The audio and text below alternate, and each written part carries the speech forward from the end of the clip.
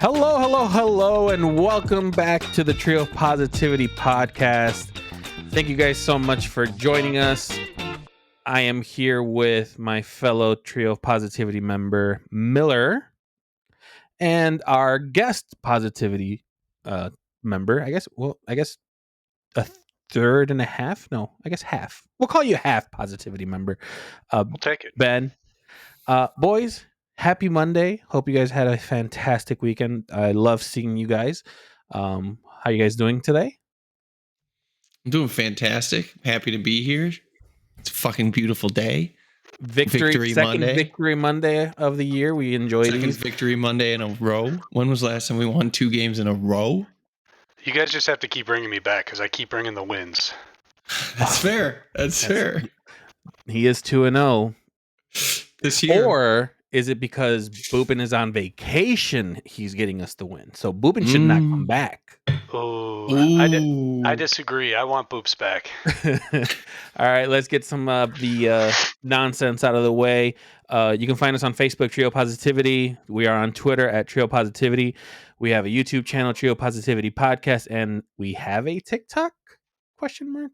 We own the website name, but we have nothing on there because we're broke. We'll eventually do something with it. But now that we got that out of the way, let's talk about week 4 in the NFL. We're going to start with our guest, Ben. Ben, what are your overall thoughts on week 4, not the Bears, just week 4 as a whole?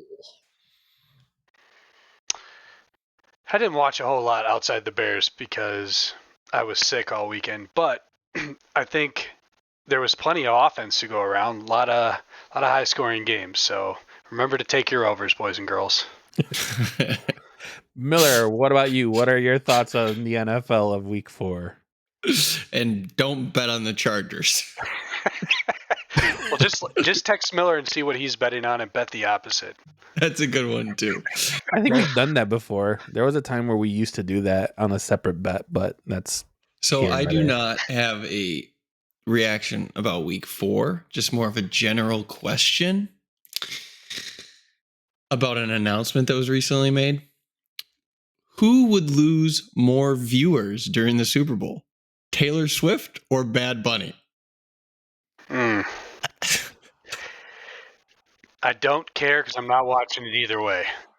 Here's the thing. Okay, I'm glad you brought this up because this was going to be my thing to bring up as well. I think week 4, his name escapes me. Giants' new quarterback looked pretty good. Jackson Dart. He threw for 111 yards, but yeah, sure, we can go. He looked pretty good for his start. Looked pretty good. That's all I want to say. Looked pretty good. I guess I'll say injuries because there was loads of injuries. And they keep piling up. They seem to like every game now. If it's Thursday, Sunday, jackasses. Well, this is more. I answered it. This is more interesting. Okay, so here's the thing. I got to send a couple memes, which I think are hilarious. Miller, you are absolutely correct. I know. It's already, social media has been fantastic with some of these. Here's the thing. I think they both equally would have lost viewers. One, because it's Taylor Swift, so it's already polarizing as it is. Mm-hmm. And the other, no one here really speaks Spanish. So there's not really much. I would say we're in the same boat.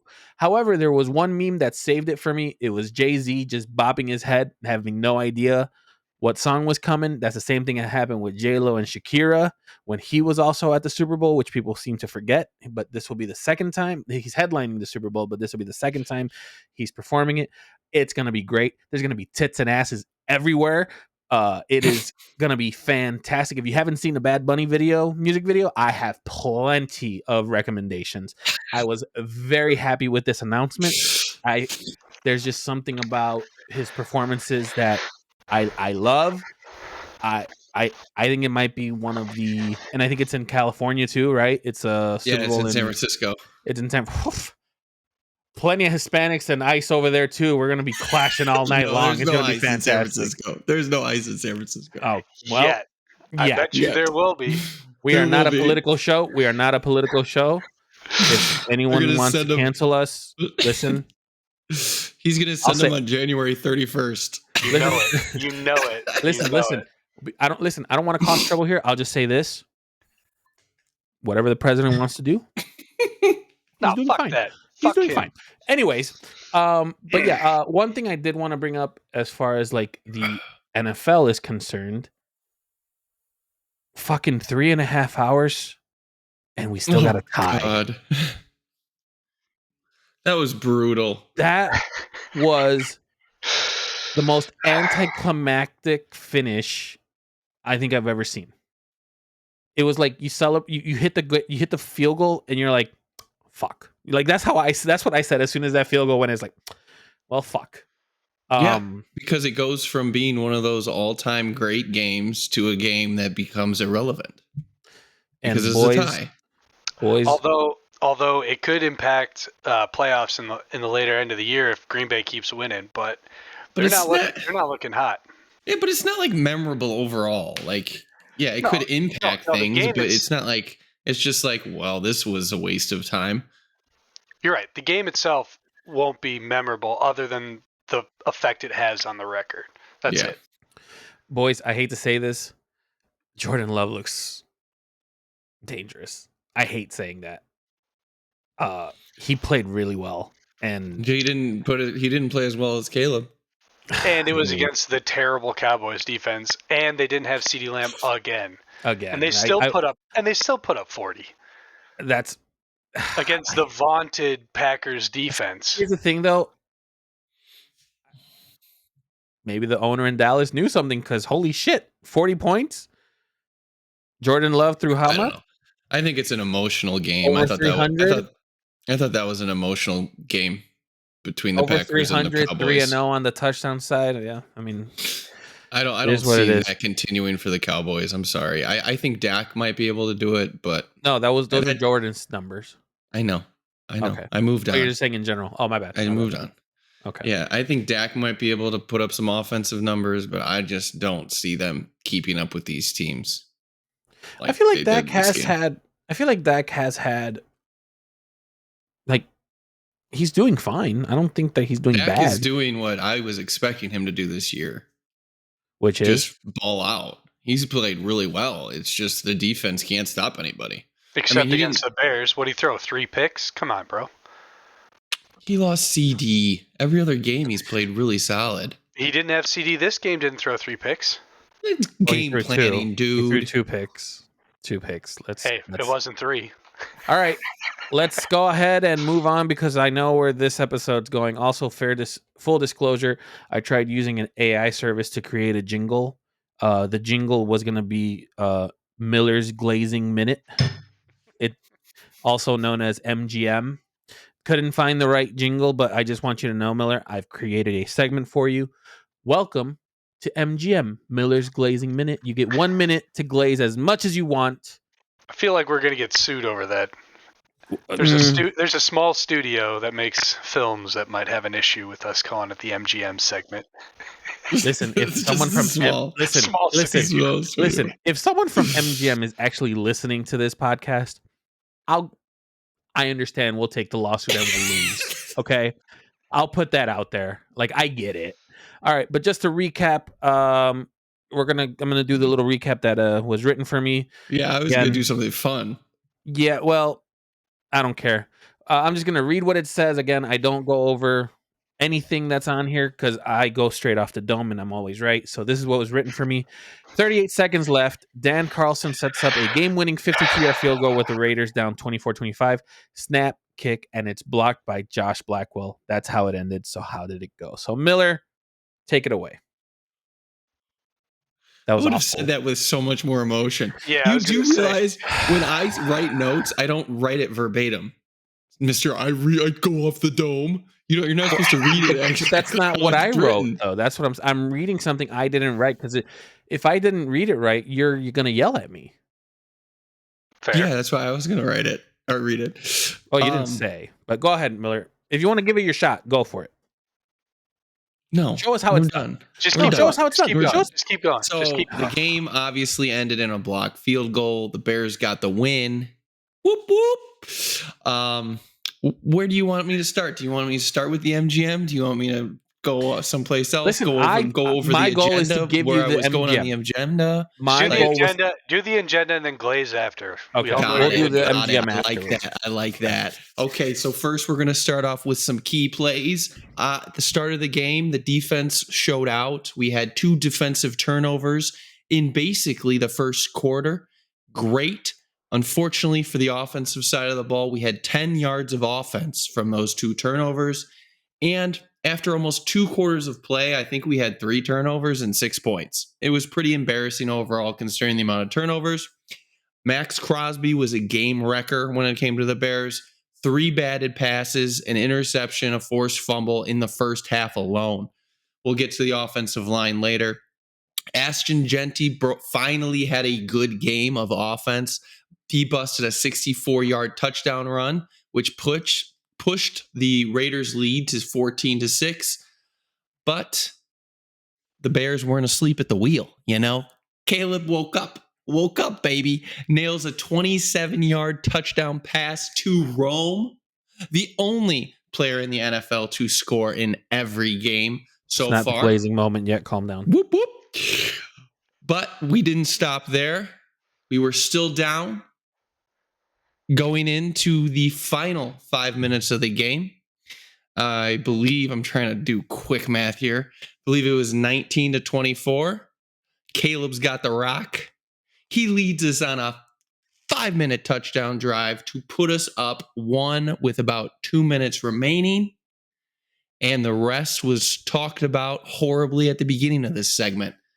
But Josh Blackwell walks away the hero on special teams, blocking a field goal to win the game for the Bears. Fuck yes. If I have anything to take away from this game, I think resiliency is one of the words, because this team didn't break. And the fact that this isn't our normal Bears team that we're used to seeing. We played in a shit ton of games like this last year, and we lost them all. And this year, it was a fucking shit show from the start, pretty much. But they pulled out the W at the end of the day. I got 2 things to say on that. That Ashton Genty touchdown run, I watched the replay again. It's like this millisecond he crossed the goal line, he dropped the ball. I was like, oh my God. I did see that. He did it too. I thought he just, what's his name? JT'd it. But unfortunately he did not. And then we aren't going to talk about that 2-point conversion at the end of the game. Just going to skip past that pathetic It was play. irrelevant. Oh, irrelevant. If they would have got it and the Raiders hit the field goal, then we are the overtime game. So it wasn't irrelevant. We got lucky. Well, it turned out to be Can irrelevant. I just say this would have been the worst game to go to overtime? No, what though? Given what I've seen, I think this would have been the worst. As much as What are you talking about? As much as I like to hate on Caleb, he big game drives it, dude. When the game's on the line, he has been actually leading us for touchdowns, and I'm not going to take that away from him. He is an end of the game specialist. Well, I mean, you can say that. That's fine. I value your opinion on that. I value everyone's opinion, Except mine. to an extent. One thing which Miller forgot to put in his notes, because he doesn't do the research. The Bears just won their 800th win in franchise history, marking them number 2 overall in wins. I figured that would have been maybe that could have been more of the Glazing side. But I guess we can all agree the offense did not look as good as we hoped, given what we were looking at from last week, which my point stands correct. We've yet to have 2 consecutive offensive games where we actually look competent. We are back to square one. Hopefully, you're not back to square one, you dumbass. Can you let me finish, good sir? We are back to square one when it comes to getting 2 good offensive games in a row.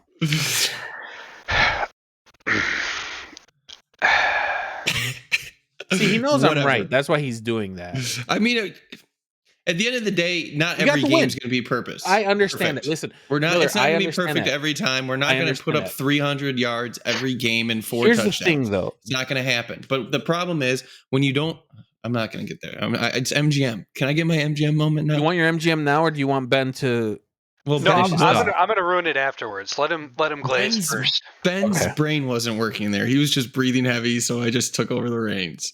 Okay, are we going to talk about anything else on your stuff here, or are we good to keep going? I covered the key plays. If there's any other key plays that you saw, well, Ben thinks that the 2-point conversion was important, but what about Tyreek's pick? That was an insane catch. That was full extension. That was I kind of awesome. covered And the bounce turnovers, back, yes. the bounce like onto his feet was pretty cool too. I think he got the wind knocked out of him. That's why he was struggling. I was so worried that he was going to be out. I was like, fuck. Yeah. I think I recall, I forget where it was in the group chat. We were celebrating a turnover of some kind. And I just see someone write, "Oh no," because we thought someone was injured. That was me. Yep. And I'm like, what did I miss? And then Miller right away to save the day is like, nope, heard he walked on his own. We're good. Well, he just said the crowd clapped, and I didn't see that on my end, so I thought I heard cheering going into the break, so I figured that he got up. All right, Miller, I'm gonna start a timer. You get 1 minute. This is Miller's glazing minute of Caleb Williams' performance on week 4. Take it away. I was just really proud of this, and I had a Scrubs moment, so I'm going to lead it off with one of these. Rollercoaster. Holy roller.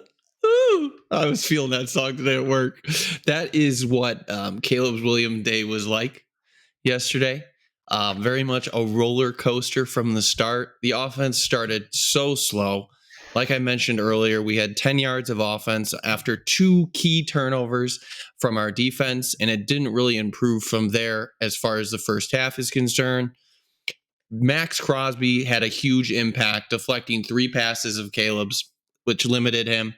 But going into the second half, he really turned up the heat, ended up scoring twice in the second half, touchdowns. One of them was a game-winning drive that we talked about. Really settled in. He did have his moments, some inaccurate throws, but overall, not as good as last week, obviously, but he put up 212, 1 TD, 1. And ladies and gentlemen, that is Miller's glazing minute. Yes, that's right. No, we mute him when he goes over a minute of glazing. So, Ben, what did you think of his minute? That's going to be the new segment. He will just be muted after a minute. All we're giving him. And then we can have a normal conversation. So, Ben, what do you think? To be fair, he didn't glaze as hard as I thought he would, which is... I figured the glazing was going to come at the very beginning. Like It's appropriate. He's edging us. He's leaving us on climax here. All right, some stats to showcase Caleb's inaccuracy downfield once again. 1 for 4 on deep balls over 20. 3 for 8 on passes from 10 to 20 yards, and one of those was a pick. And then his short stuff was short stuff. Pretty good there. I will say on his behalf, when he escapes the pocket and does that sideline sprint, he can absolutely rifle a ball. Like the one to Komet that bounced off the turf as he was catching it. Like that bounced off his hands. No, it bounced off the turf. It bounced off the turf. But he anyway, dropped it. Yes, Miller, he did Miller, your glazing's got to come down now. We gave you a minute. What I'm saying is that ball was a BB. He that was insane power from on the run. So I'll give him that. He does throw the ball really, really hard. Threw it so hard it hit Swift on his hands and bounced off of him too on that short one. God, that was terrible. And I got told that no, it wasn't hard.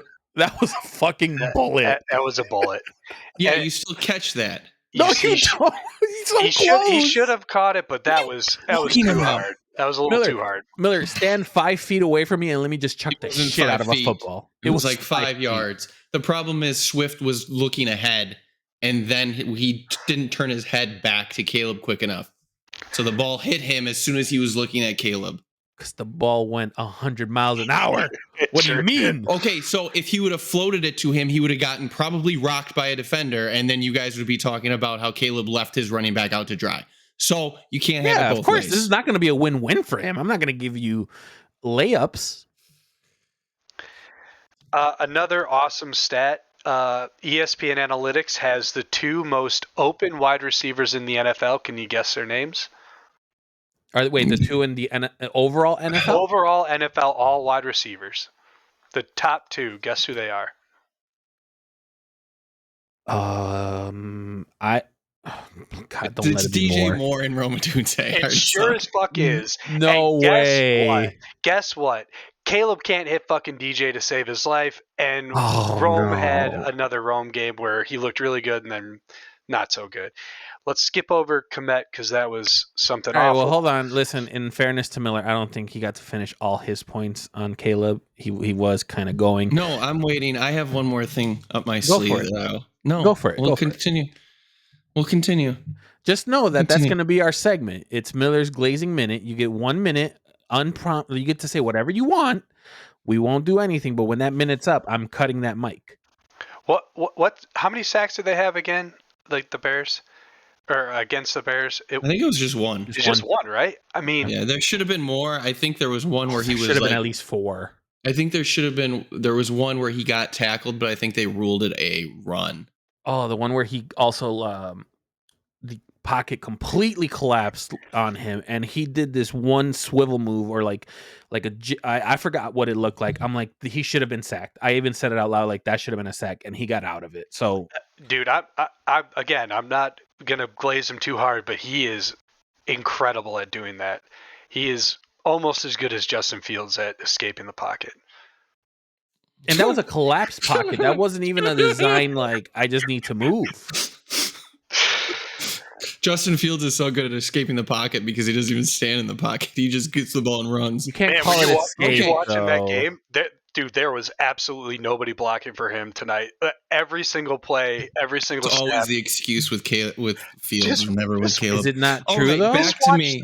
Is it not true though? It's true. Miller just won't admit it, but it is true. He had a free rusher also, every can single we talk play. about what happened today where he's like, oh, Fields threw 21 yards. Imagine if Caleb did that. And I was like, yeah, he threw -4 against the 40. He didn't throw -4, you idiot. He threw Sacks like 37. Count. Sacks count. What do you mean? Okay, then go pull up Fields. He at the time he didn't get sacked for 40 yards. That's what made the difference. He had like the sack fumble. Yeah, that was bad. That was bad. Go for it. Okay. Through his first 21 games, Caleb Williams has 28 touchdowns and 8 interceptions. I should have cut it off. This is the best start by a number 1 pick in NFL history. According to who? And that has resulted in a total of 7 fucking wins. So, wait, according to who? Who's your source on that? I think it's just the best touchdown to interception ratio through 21 games. Okay, who's your source? I don't fucking know. Go count his touchdowns and interceptions. It's not a source. It's a fucking stat. Let's get into his actual performance. Miller gobbled down as much as he could here. I will give credit to Caleb. The run game was non-existent, which caused him to be Oh, really? more... Because wasn't the end of the end text that you sent. Oh, I have Swift a point. Was the MVP. I have a point to make on that, but yeah, the run game was non-existent. I always mess up his name, Miller. Kyle Manungai. Thank you, Manungai. There was some spurts where I'm like, okay, he could be the guy, but now I'm looking at his stats. He only had 4 carries, so I thought he had more. So. Boys, where are you guys? Where are you? Here's my question. Agenda. Where are you? It's not an agenda. I had a question because we're switching to the offense, so I have a question. You just talked about the running game. Yes, the running game being an issue for Caleb. This is called a transition. It's a transition. That's like 4 fucking bullet points down. Again, could give 2 shits about your agenda, but how much is this going to affect Caleb in the long run if the Bears cannot seem to produce a running back? Well, we're fucked on the running back situation unless we get a trade, which I don't see Poles doing. So we're just going to have to deal with Swift till the end of the year. I think when the offensive line gets back to being healthy, you put Darnell Wright back out there. Hopefully Braxton Jones is healthy coming out of the bye. They can move the line. The interior is really solid. Running to the left isn't our strong point. Running to the right is better. And it's just a matter of Swift hitting a hole. The guy is a magnet to our O-linemen's rear ends and just falls over. He just needs to learn how to be a running back. And until that happens, the running game's going to struggle. I mean, he's not going to learn how to be a running back. What is this? His like 8th season? He's not going to change. He is who he is. So what I see happening here is I see after they're going to take their moments to evaluate all the tape, I think Monangai is going to get more carries going forward. Because if you look at this game, he averaged 4.7 a clip. Obviously, it's a small sample size of 4 carries. But I mean, Swift has been averaging 2.7 the last 2 games. Is that really worth keeping trying? He's not. He's a change of pace back. He needs to be given the ball in space, and that's what he does. He doesn't run through the tackle. So why keep trying something that doesn't work? So I'm glad you brought it up in that way, because the last drive, there was a lot of touches to Swift that set up the touchdown, which I found it surprising that we would do that, given that we had no success. So it's nice to see that Johnson is still trying to make that part of the identity of the team, that, hey, even though we're sucking, we're going to give our running backs the ball. We're going to give them the ball. So I think a lot of Swift's numbers for this game were carries that help set up the team, not necessarily get the yardage. Now, in the group chat, yes, I did say that Swift helped tremendously, because on some of the possessions that we had in that last drive had Swift's name all over it. So just putting that out there. I'm not saying it's a key to success for the future. I'm just saying if Johnson has the balls to put the ball on him towards the end, even though our rushing game was not there, there might be something to this. But I'm agreeing with Miller. I'm sorry, whoever said it might have been Ben. I forget who just said it. I apologize, guys. I think Monangai might get more of the first, second down touches, and Swift will become that third down back. Maybe, but he's still a rookie, so you're not going to get him. We've on had the this full before package. with rookies, though. Who was the rook? Was it Thomas? Thomas was Benson? Wasn't it Benson that also got touches like that as a rookie? And he was drafted higher. I mean, the problem is, Ben, when you don't have anything left, what are you supposed to do?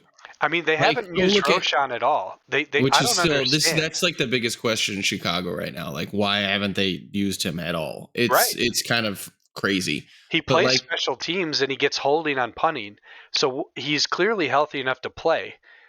He got a tackle. He did get a big tackle. I understand he's playing, right? So if he's playing special teams, why the hell aren't we using him on short yardage downs where he can run through 2 guys and get the 3 yards we need? Fucking idea. It's crazy. It is absolutely insane. You go look at what the Houston Texans just did. Obviously, they have their Mixon issue, and obviously they signed Nick Chubb, right?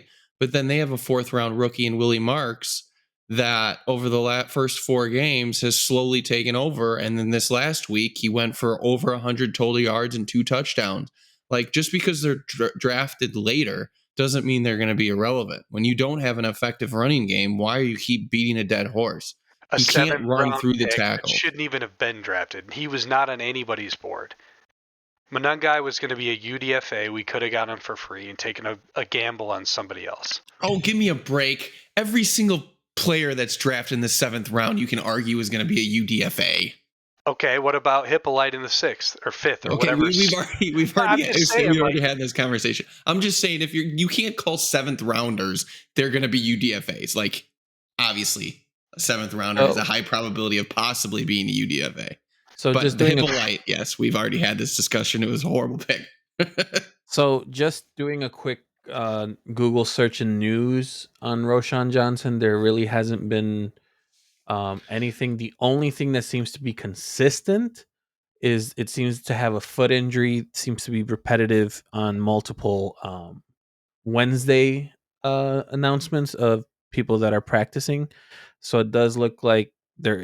I mean, I'm speculating here, of course, but it could be that maybe they're having him slowly ease into things. I don't know. I don't know why you would even list him, but was he rumored to get cut before the season? So. I don't think so, right?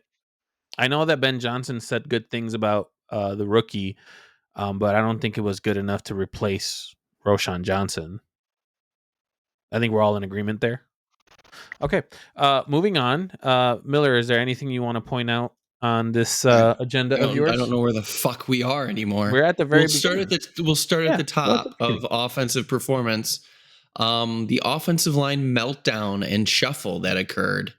Obviously, if you watch the first half of the game, the offensive line was pathetic, to say the least. Max Crosby was in the backfield almost every play, it seemed like. We started the game with Theo Benedict on the right tackle because Darnell Wright was missing. And as much hate as I've spewed about Darnell Wright, I will beg on my knees, please come back. I will give you the Caleb treatment if you need it. But like, come on, we need him back because the right side of our line was just awful for the first half of the game.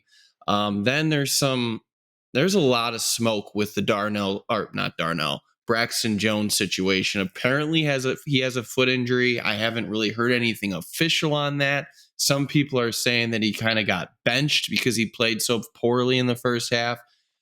We don't really know what happened there, but basically towards the end of the first half, Theo Benedict got moved to the left side of the line, and then Ozzie Trapillo came in on the right side of the line, and it really seemed to stabilize the line for the most part going into the second half.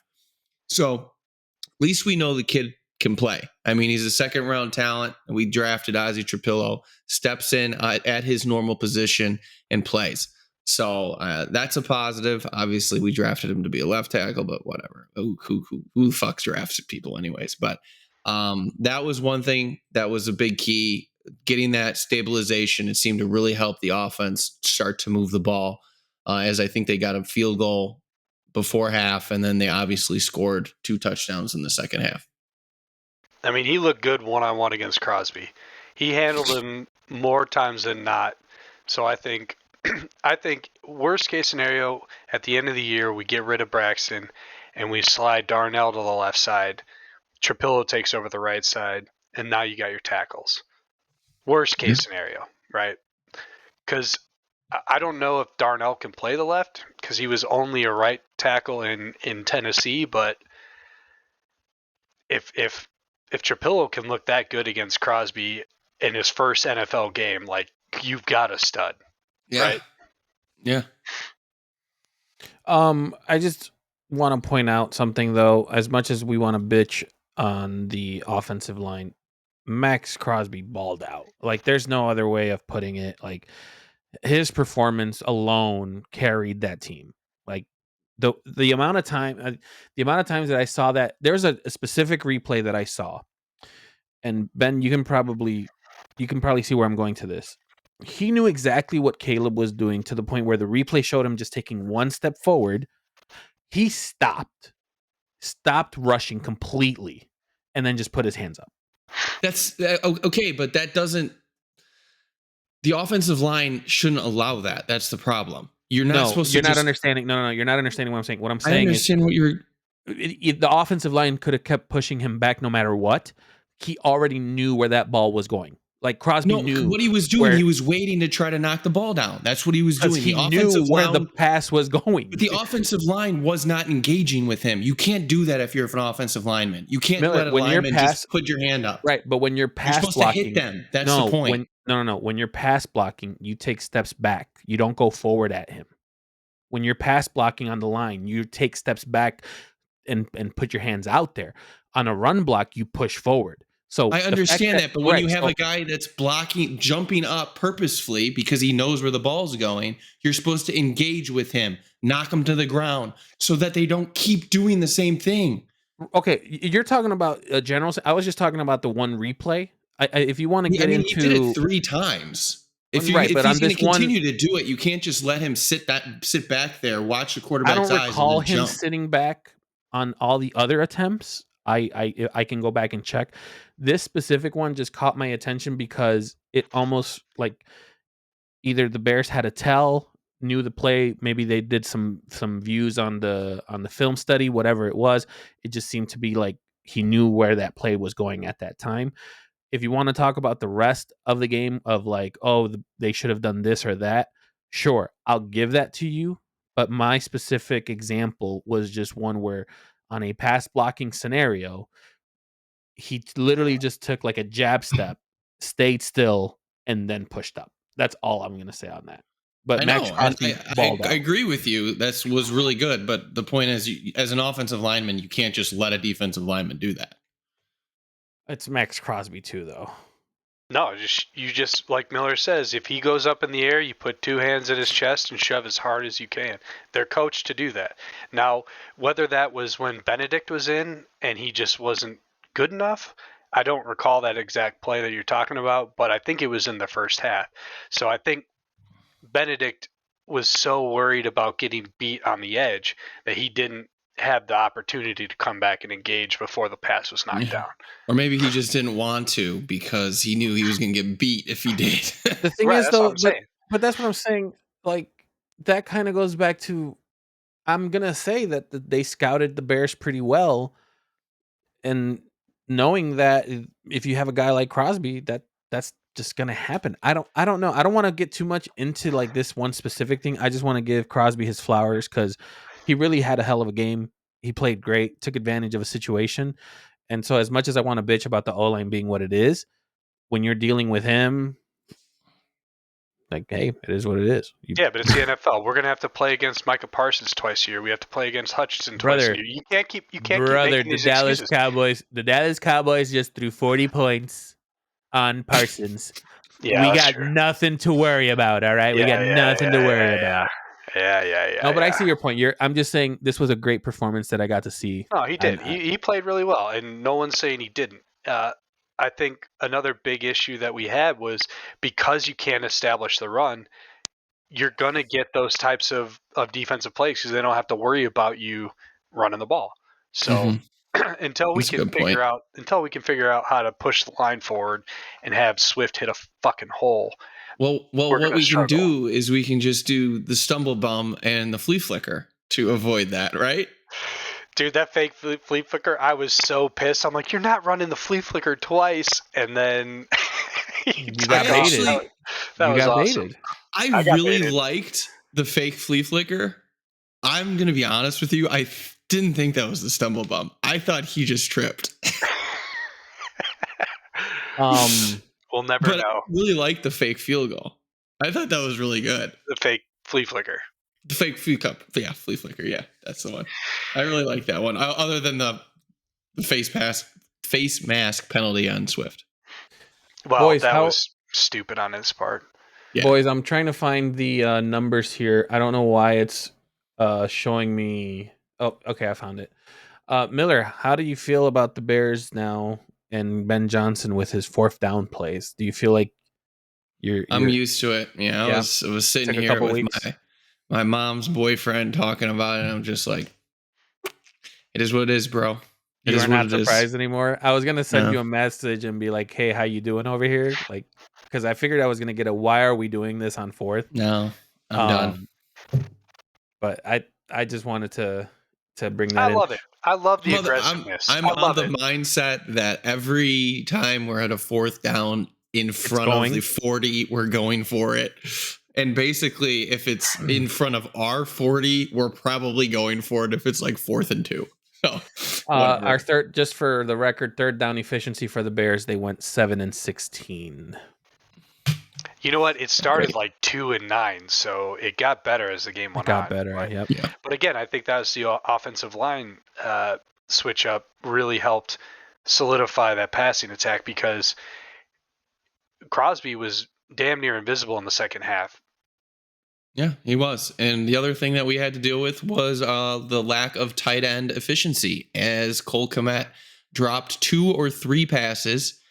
If it hits your hands, it's fucking catchable, bitches. Oh, you're such a bitch. Not saying that it was a good throw, but you should catch it. But he did have. Not saying it was a good throw, but you should catch it. That's going to be Miller's fantastic quote. That's the facts. Okay, he did have the really bad drop across the middle. Yeah, that was the bad one. And then I still don't think it bounced on the one on the sideline. And that other one that was where he's fully, that was a bad one. But on top of those drops, he had 2 penalties, I think. False starts false or starts, and I whatever think he might have had a holding. I don't remember. It was just a bad day for Cole Kmet overall. it was. Boys, Just I just want to put this out pathetic. there. I've mentioned it multiple times on the podcast. I think you guys know how much I actually like Cole Kmet.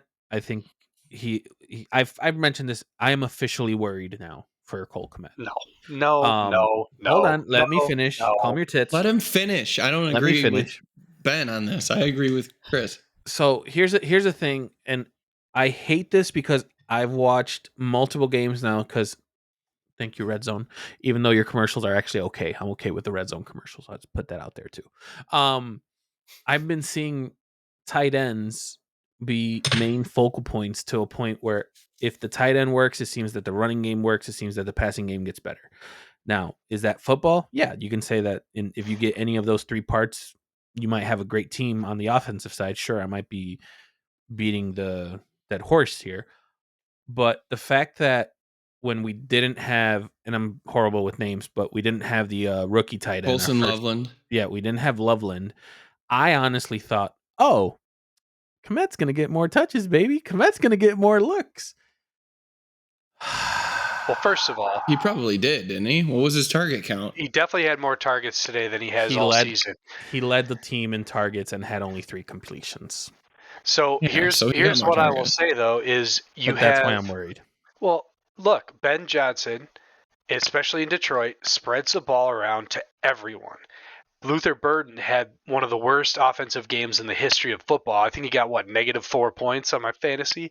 Like, he got the ball 4 times. You got DJ Moore, you got to get the ball. You got Roma Dunze, you got to get the ball. Swift and Monungai got the ball a bunch. Kmet got the ball a bunch. Zacchaeus gets the ball. Like, you're not going to have a guy get 12 targets in a Ben Johnson offense.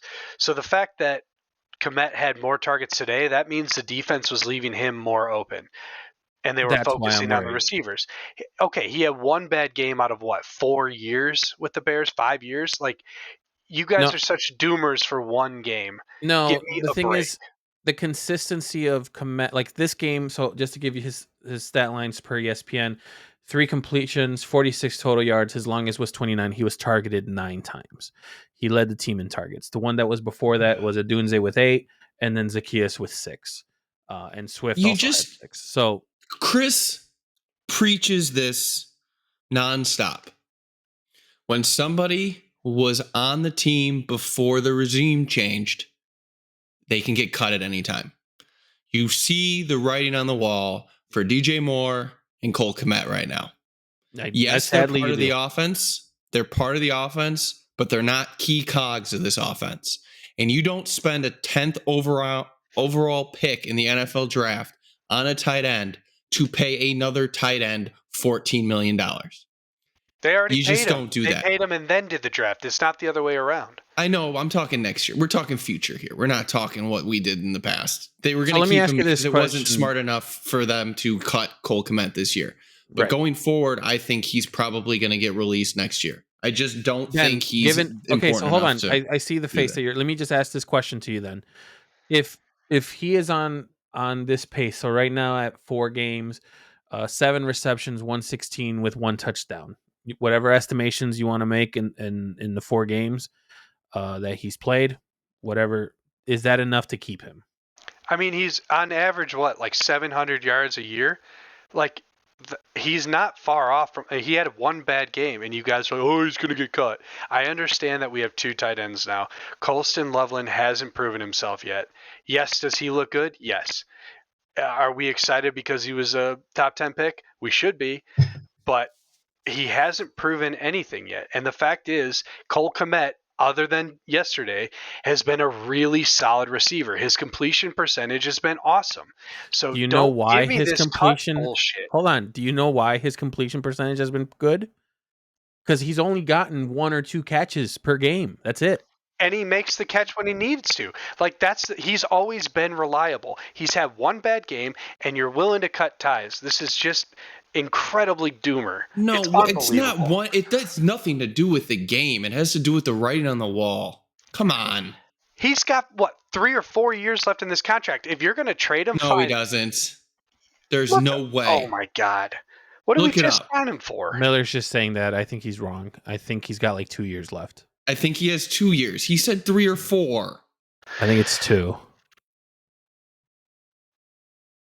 2 with an option. We have a potential out this 4 year. years, 4 years, $50 million. We have a potential out this year.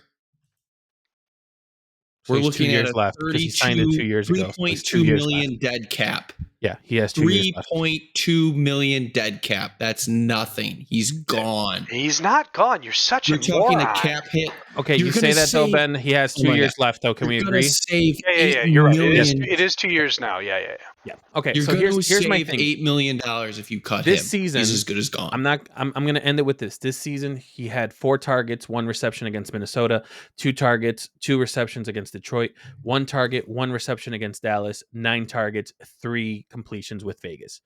Those don't sound great to me. That's all I'm saying.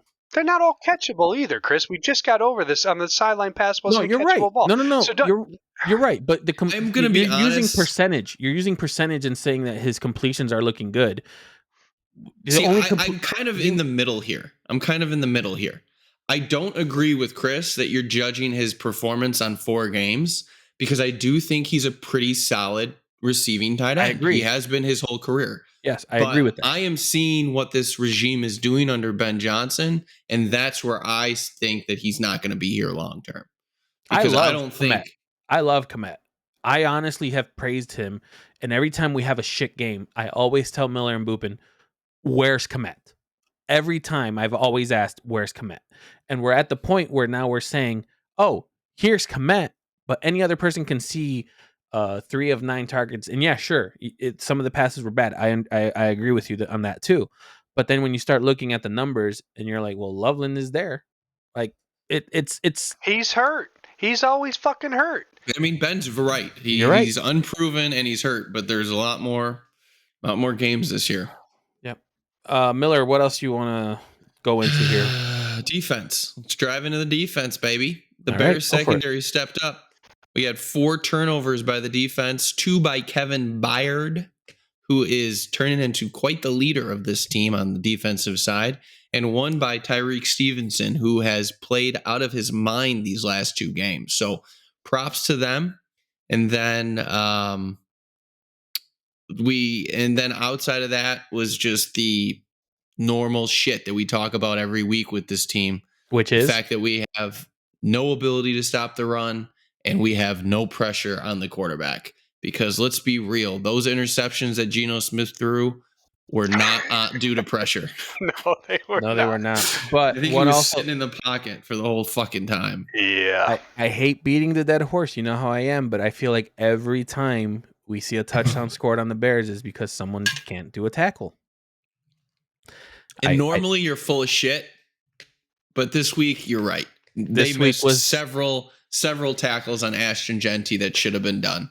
But now, it is granted, Ashton Genty's Genty, a great player. Yeah, he is a great player. I get that, but I don't know, man. You titled this week right. It's a fucking roller coaster. It's weird.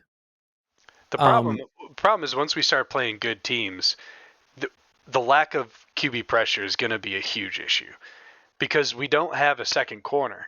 Who are we playing? Like, I think his name is Wright. Like, we don't have a second I think so. corner. Yeah. Like, we're fucked on good teams. We've been playing 2 bad teams back to back and got 2 lucky wins. Like, we are not going to be that lucky if we start playing the Lions, the Packers, any other good, competent passing offensive team. I don't want to get too far ahead of myself, but this isn't really in the agenda. But have you looked at the Bears' schedule? Yeah, there's some winnable games, man. Because their next 5 games are probably winnable based on the current situation with those teams. You're talking about the Commanders, who you don't even know if Jaden Daniels is going to play. They just got run up by, who did they get run up by? Atlanta, right? I think. Yep. And you're talking about the Saints, and you're talking about the Ravens. You don't even know if Lamar is going to be there. Their defense is in shambles right now. You're talking about the Bengals. They don't have Burrow. They're getting destroyed by Denver right now. And you're talking about the Giants. It's 5 games. The next 5 games, all winnable. But here's the thing: we don't travel well, so that the Ravens and Bengals are away games.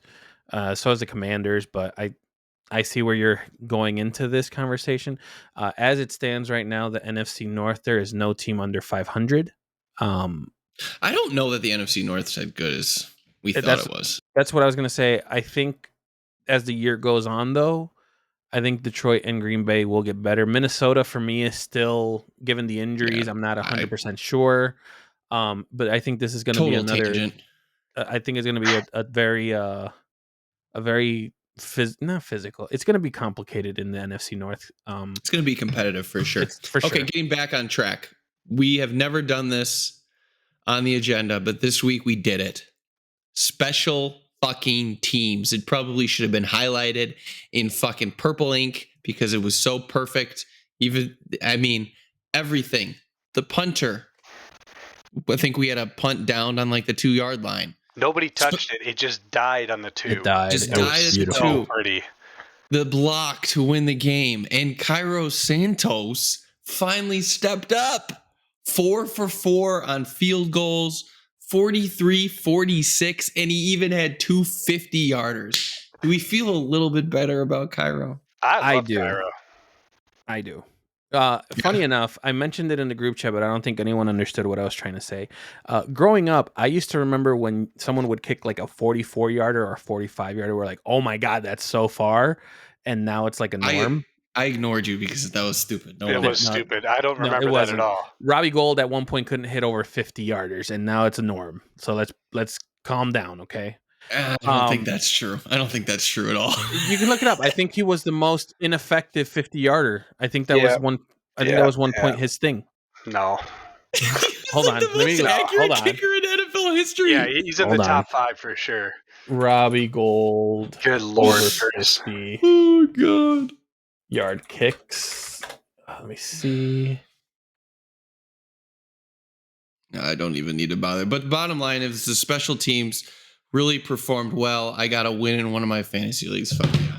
Thank you, Bo Nix. Oh, yeah. He's 70%. So, yeah, he was 36 out of 51. Not that great. There you go. 70%. Over 50? Over 50? Yeah. That is good, dude. No, it's not. That's really good. No, it is not. Oh, Chris. Okay, you're going to... Can we mute him? 80 and over. Jesus 80 Christ. and over, buddy. Okay, not every kicker in the world is Brandon Audrey, okay? Well... Calm down. But yes, special teams. Special teams did really good. Won the game for sure for the Chicago Bears. It was all 3 levels did phenomenal. Offense, defense, and special teams all contributed in their own way. Like I talked at the beginning, the resiliency from this team, it started shitty. The offense was slow. The defense kept us in the game with the turnovers. Special teams finished it off. And it was just like, it's just one of those wins that you just don't see if you're a Chicago Bears fan. We haven't seen it in quite a few years. So it's nice to see it this week, that's for sure. I have a point, though. Go ahead. The defense, even though they got us in good positions, it did turn our red zone numbers down. So it's a glass half full kind of thing. What are you talking about? All right, Ben Johnson's halftime comments. Wow, you guys really don't. Do you have the agenda up too? Of course I do. I actually read it. I don't know why we're talking about this now. We should have gone into the positivity score and then into everything else. But yeah, go ahead. It's still part of the game. Did you guys hear this? Yeah, yes. I wanted to just throw my remote at the TV. I hated it. Because this has gone basically viral. It was all over my Twitter feed today. So for those of you that may not have heard it, basically, the reporter at halftime came to interview Ben Johnson, and the response that Ben Johnson gave was considered insulting from some people. He intimidated her. Multiple views on this, but essentially what the conversation started off as, the reporter asked Ben Johnson, your offense has struggled to take advantage of the takeaways. And Ben Johnson was like, they haven't done anything. And the reporter's like, what did you tell them at halftime? Ben Johnson said, it wasn't our brand of football, capable of a lot more. We're hitting the reset button here and come back to establish our identity. The reporter then goes, if you listen to it, it's pretty bad. She gives like a snarky tone. Do you need to change what you're doing? And Ben Johnson's like, I don't know. Do you think so? And then before she can respond, he goes, we'll be just fine. I don't know if that's what. I don't know if that's No. the exact wording that she used. Oh, it was. Oh, it was the exact wording. Yeah.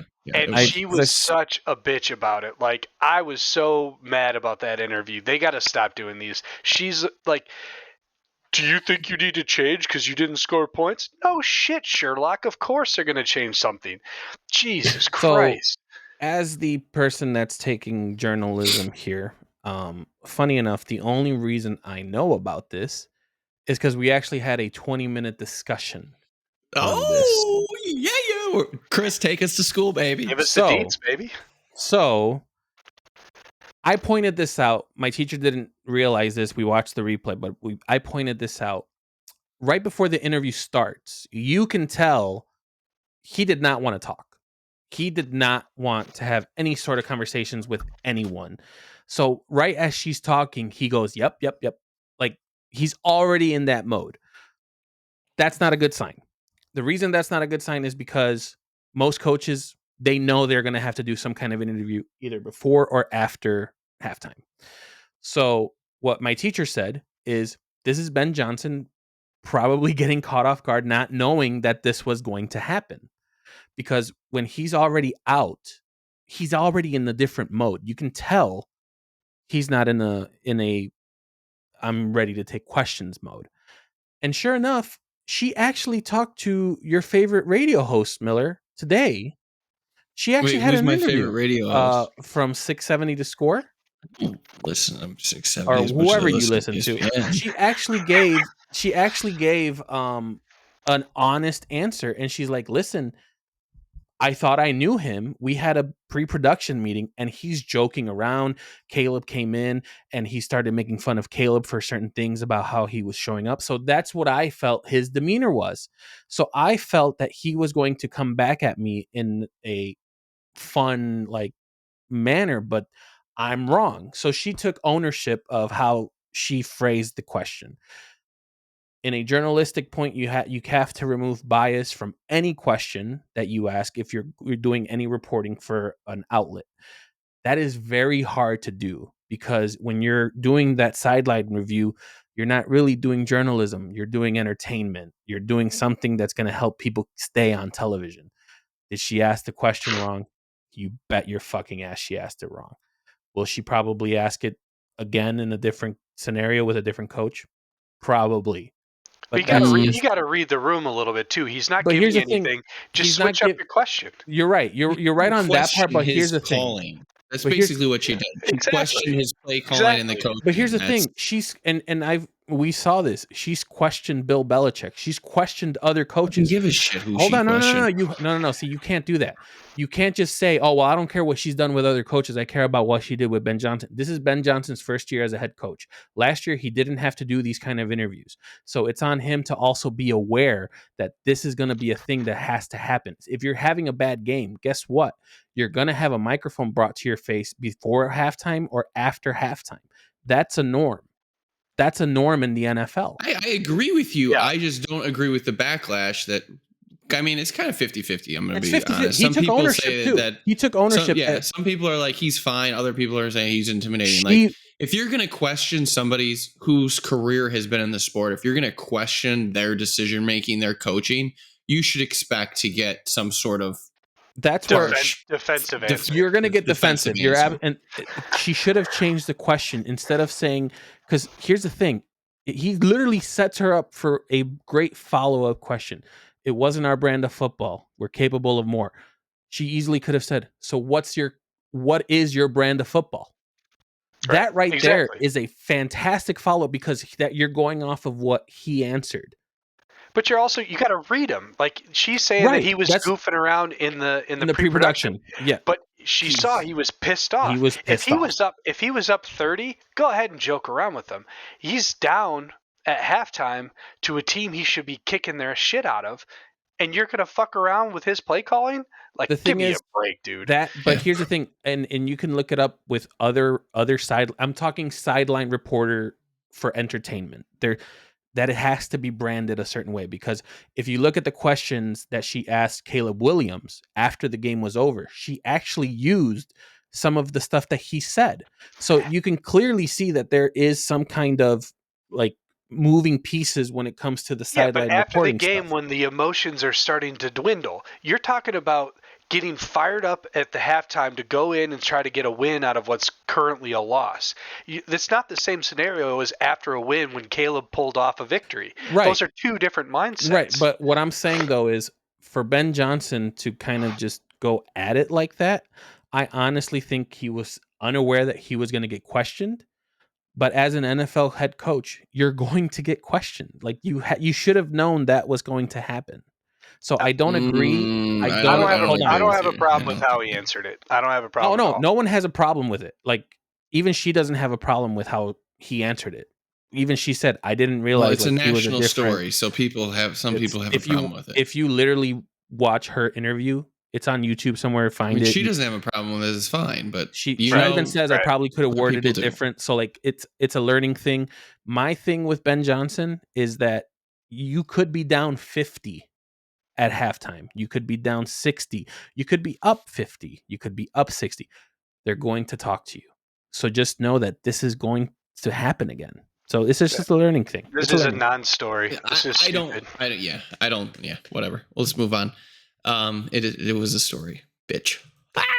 Okay. What I'm saying is it shouldn't be. It's such a I don't give a fuck about. I think if he just said field reporter, I don't care.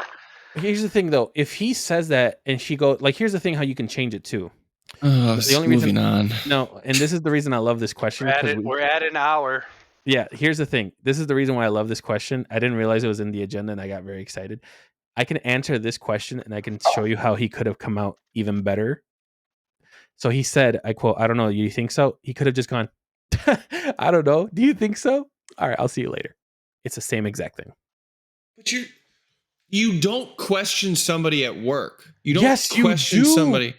You are in the NFL. How many head coaching positions are there? Not from that role. See, I'm sorry. So wait, so we can do that with Andy Reid. We can do that with Bill Belichick. No. We can do that with those guys aren't going to give you shit either. They're going to give you snarky, sarcastic answers too. Don't give me this protective bullshit. No, what I'm saying, he is an intense coach. He answered in an intense way, as he should have. She asked a dumb question. He gave a dumb answer. It's fine. Move along. That's how it should have ended right there. It's a dumb question. Yeah. It was a dumb answer. But to say that we were there and you wanted to continue. No. But to say that you don't ask these questions, you could have asked it a different way and still gotten the job done. You still have to ask the question. You phrase it differently. Exactly. Move along. Okay, next. Let's jump into the positivity score. Who wants to start? Miller, you go because you. No, I don't know what mine is. You should already have your number already. You're so unprepared. Come on. I did this whole fucking agenda, you jackass. And I already have my positivity score because I'm a professional. Then you start. You started. Positivity score at a 6. I'm feeling the vibes, baby.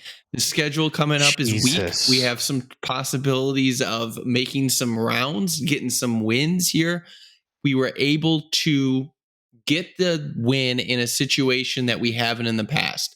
Caleb's never experienced a win like this because he only has like 7 of them. But that's what I was gonna say. That's such a horrible comparison. But he's always fallen back. We've always taken a backseat to situations when we're fought when it comes to resiliency.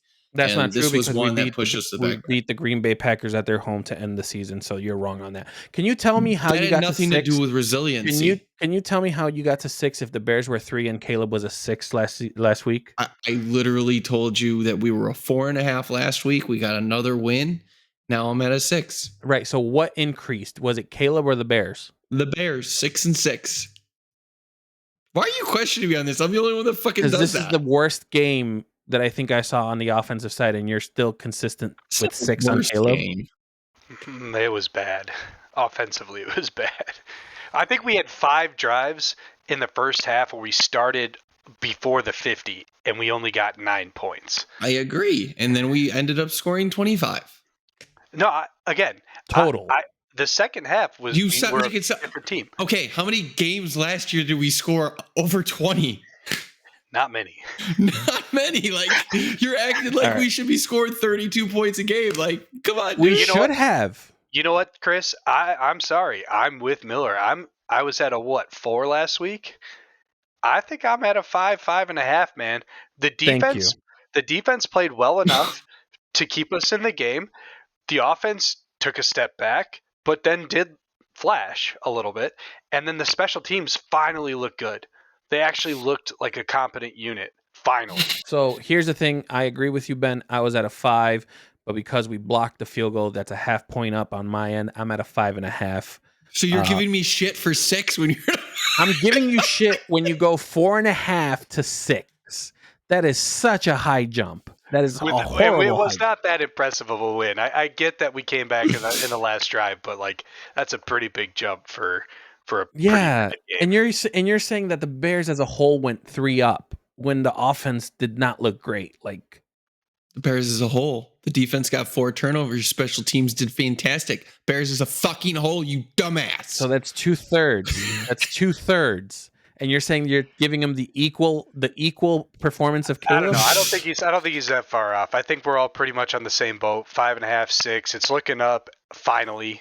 I just wanted to the pick last on him. 5 years. It's been 3s, 2s, -1s. We're finally all right around 6. We're going to get taken this away from us. Jaden Daniels is going to play on Washington. We're going to get our asses kicked, but it's okay. We have 2 weeks to that. All right, let's move along to the fantasy. I got it. What the fuck do you want? I'm hosting. You got to remember, I'm hosting. I do a good job. I'm out of whiskey. This is getting rough at this point.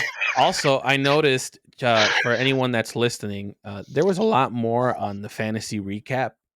Miller decided to erase probably 30% of what was just in the fantasy recap. So the only thing I have here is injuries. It's because it was last week's. Again, why would you cut me off? You're questioning my agenda when I literally deleted everything from last week. I love the mute button. All right, so to go on into this fantasy, Malik Neighbors, which I feel bad, tears his ACL. I saw it on Red Zone, and I'm like, that one hurts. Tyreek Hill. Yeah, we can add that one. I was gonna see if we actually wanted to talk about it. I just want to say, Brian, you fucking asshole! I did not. You are a fucking asshole. The picture. Like, come on, dude. You should not ever in a group chat at least put a spoiler or some kind of warning. I did not need to see that. Boys, I apologize for sending 10 straight text messages so that it didn't show up every time I read something. That was not. That was brutal. That was bad. Yep. Miller, I see that you have first round grades here for 2 players. You want to talk a little bit about that? Yeah, I'm happy to. I can't think of any other major injuries that occurred. Brock Purdy came up. Apparently, he's getting back on the injury report. Apparently, he might have a toe. We'll see where that goes for the Niners. Other than that, we didn't really have anything. But let's just point out some performers that overexceeded their expectations, and 2 in particular finally showed out for their first round grades in preseason, in Ashton Genty and Drake London. Obviously, we talked about Genty. He went for over 100 yards. I think he was probably close to like 140.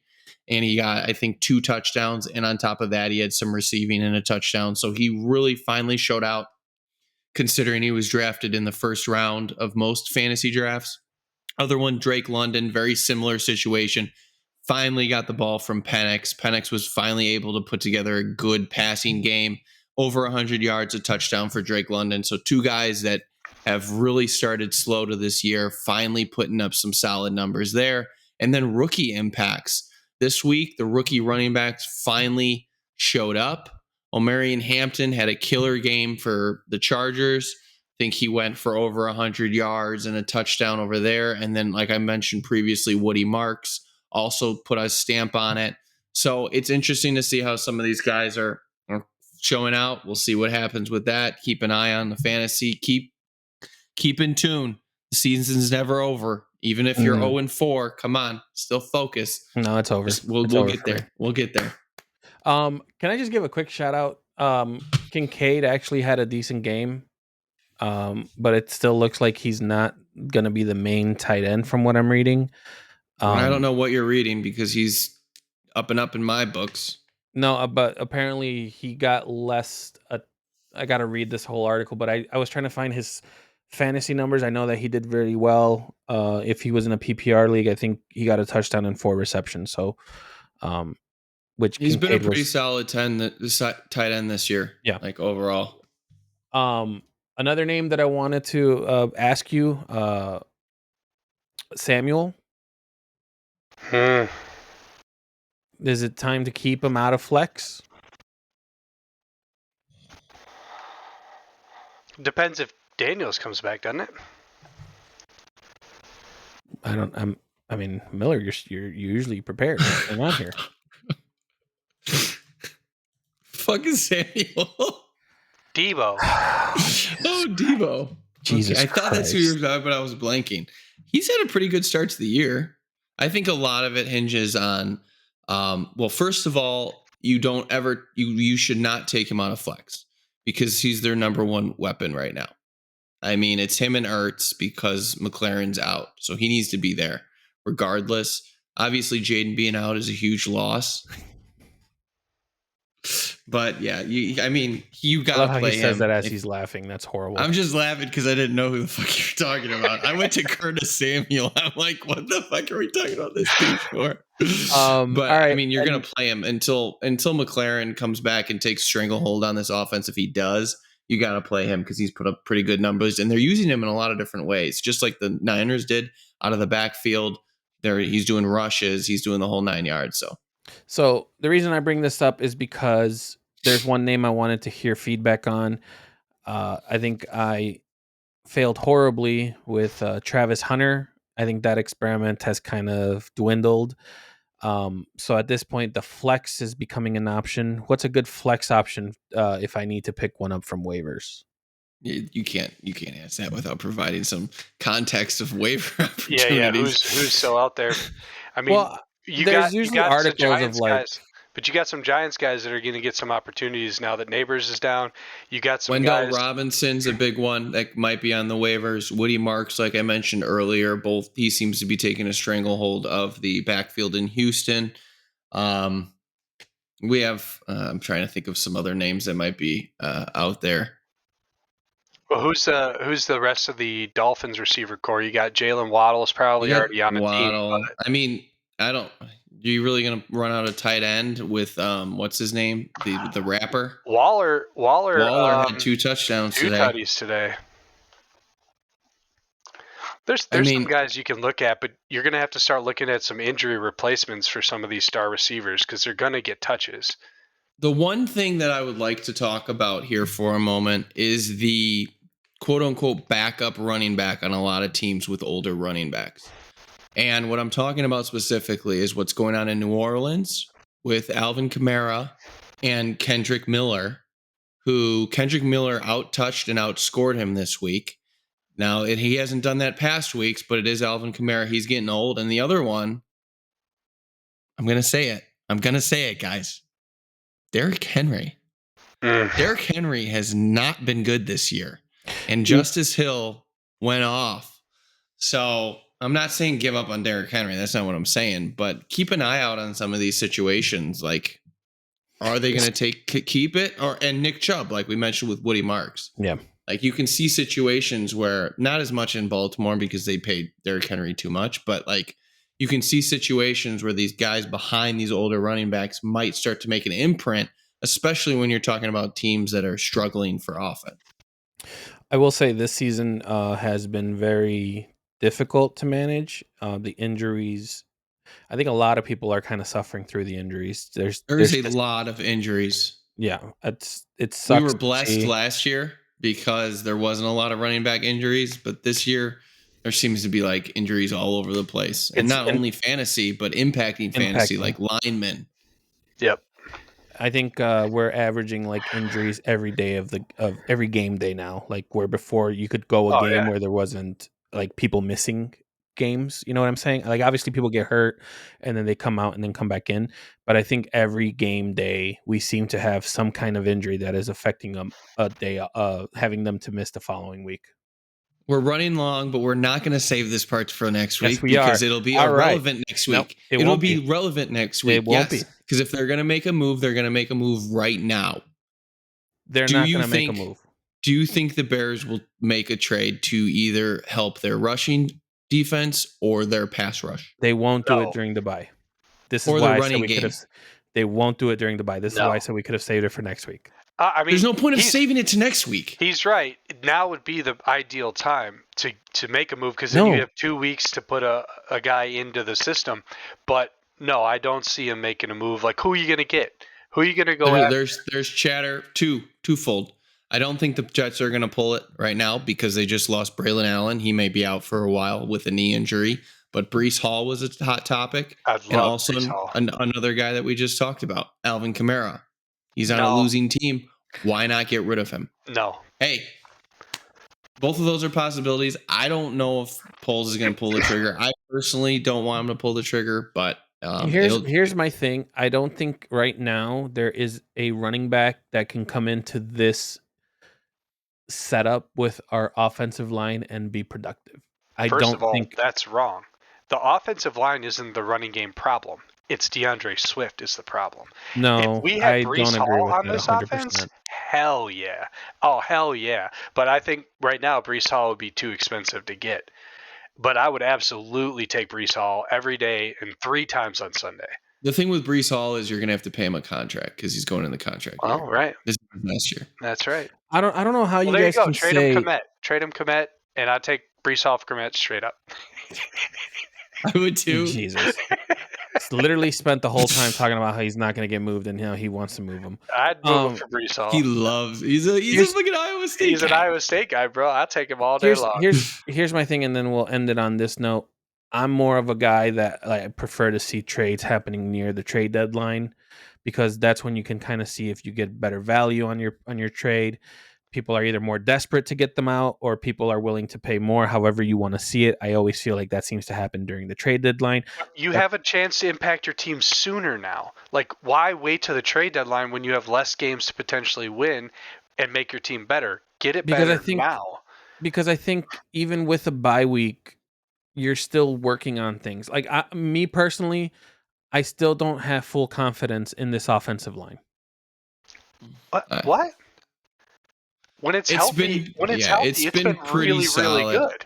And Chris, I understand your point, but the one thing you're not understanding of this entire situation is you're talking about the incompetent Ryan Poles, and he's probably just going to send anybody a second-round pick and get a running back, regardless of how shitty he is. Just a random question then. If it was Komet and say a third rounder for Hall, you guys would be okay with that? I'd do it.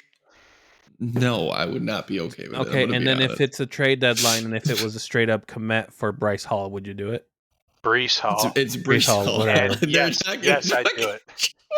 That's what I'm saying is the value changes when you're closer. Cole Komet first for Christian McCaffrey. McCaffrey. What the fuck is that question? Is that? Listen, I'm just saying I don't see You're the just value gonna right drop now. a third round pick? Yeah, that's normally how they always operate. If you read how teams talk during the season when it's getting close to the trade deadline, that like if you look at what happened with Parsons, when you look at what happened with Parsons, hold on, stop. When you look at what happened with Parsons, they already had a deal in place, and then it wasn't until they kind of kept waiting, and then Green Bay was like, "We'll add this." And that's when it was gone. You can ask anyone that was reviewing that trade. As soon as Jones heard what he wanted to hear, they did it. So that's what I'm saying. That trade with Parsons got done like this as soon as Jones heard what he wanted to hear. No shit. That's how all trades work. Right, but that's when that was done before the season started. No one in a situation where you're going to be tanking because they're 0-4 at this point. You're not going to be looking for pieces like Cole Komet, who's going to. Mine was it was